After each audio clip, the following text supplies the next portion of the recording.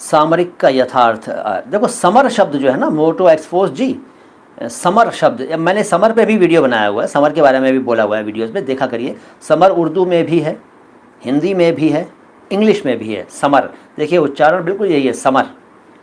अंग्रेज़ी का समर आप जानते हैं, ये मौसम जो आ गया है समर, ठीक है, मौसम गर्मा कहते हैं, ग्रीष्म ऋतु हिंदी में कहते हैं, ये हुआ इंग्लिश का समर।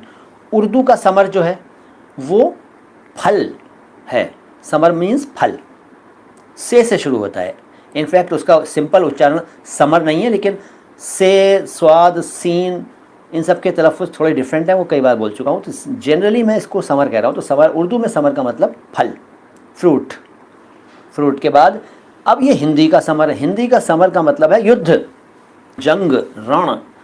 तो समर से बना सामरिक, युद्ध संबंधी, जंगी कहते हैं इसको, जंगी उर्दू में, युद्ध संबंधी हिंदी में।